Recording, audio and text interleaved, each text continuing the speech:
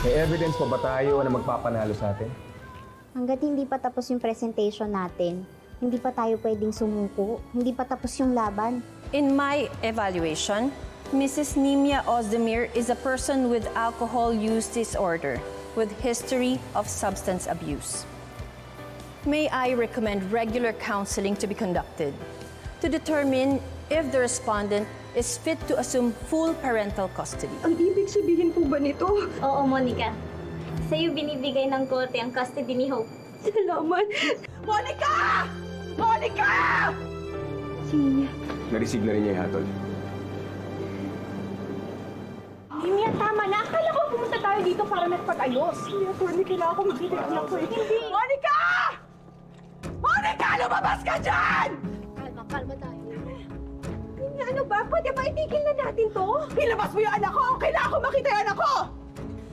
Nimia, pwede mo pa rin naman siyang bisitahin. Magkikita pa rin kayo ni Hope. Sorry, hindi na namin siya mapigilan kaya sinamahan namin siya dito. Makikipag-ayos lang daw siya. Ano pa bang gusto mo? Okay na yung lahat, di ba? Alam niyo lahat yung totoo. Alam niyo, anak ko si Hope. Pero ginawa niyo lahat eh. Sinira niyo ako! Sinira niyo ako! Para hindi ko makuha yung anak ko! Para kayo ang paningan ng korte! Walang awa! Walang awa! Oo, ikaw ang ina niya. Pero ako ang nag-alaga sa kanya. Nasaan ka? Nung nagkaroon siya ng matinding lagnat. Nung unang beses siyang naglakad, nasaan ka? Wala ka, Nimia! Wala ka! Kaya nga nandito na ako! Andito na ako, di ba? Ha? Pero madamot ka eh! Madamot ka! Ako pa ngayon ang madamot? Eh, ikaw itong gusto mo siya sa akin kunin at ilayo! Ako ang nag-alaga sa kanya! Pinabayaan mo lang siya! Ayaw mo lang! Yung anak ko! Ibalik mo ang anak ko! Wala ko kayo! Walang galang na ho ah. Pero ano bang ginagawa nyo? Ito ba yung gusto nyo ipakita sa bata? Nandito tayong lahat para sa best interest ni Hope. Ano, ito yung magiging role model ng anak nyo? Oo, na kay Monica ang sole custody ng bata. Pero may karapatan ka pa rin bumisita sa kanya, Nimia. Lalo na pinagbubuti mo yung sarili mo. Kaya pwede ba, tigilan nyo na to?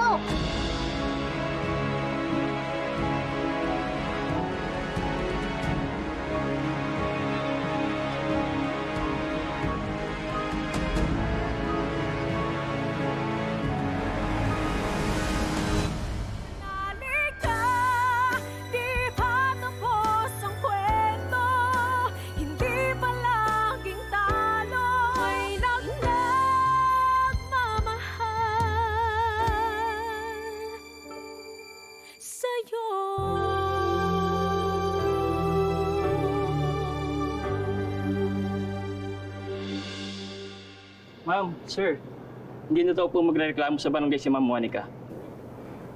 Thank you po. Ba't nagkaganon? Sobrang malas ko naman. Uminom ka muna. Gusto mo ba iuwi ka na muna namin? Huwag kang mag-alala. Iaapila natin ang kaso. Pwede pa tayo mag-file tungkol sa substitution ng birth certificate ng anak mo. Okay? Kalma ka lang.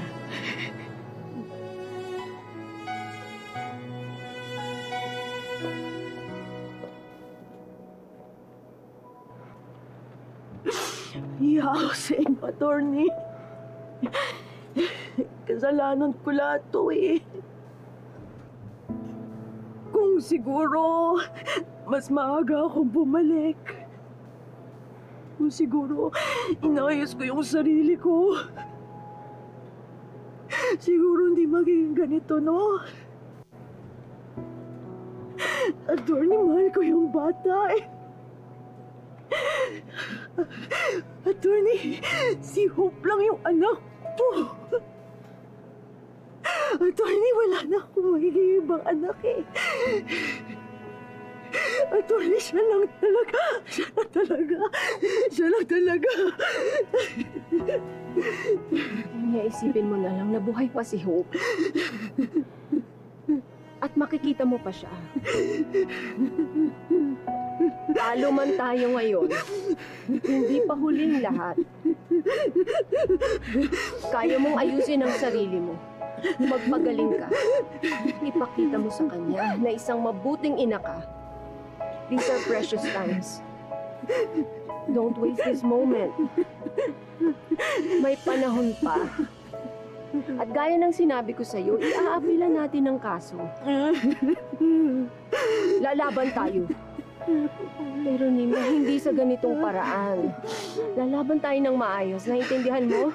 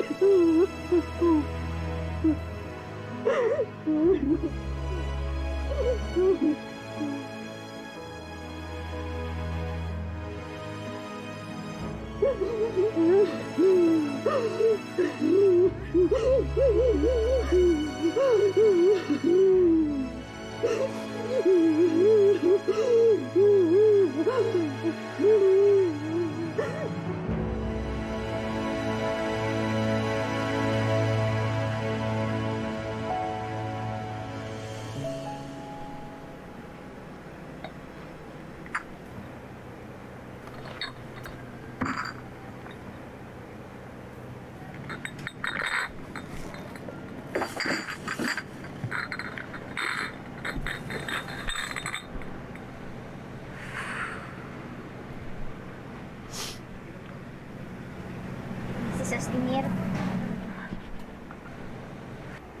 pasensya na po kung pinuntahan ko kayo ng personal. Nabanggit nga ni Attorney Linaw, pinaalam niya sa akin na bibigyan niya sa'yo yung address ko.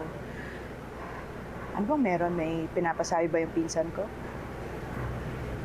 I'm sorry sa naging kahatol ng kaso.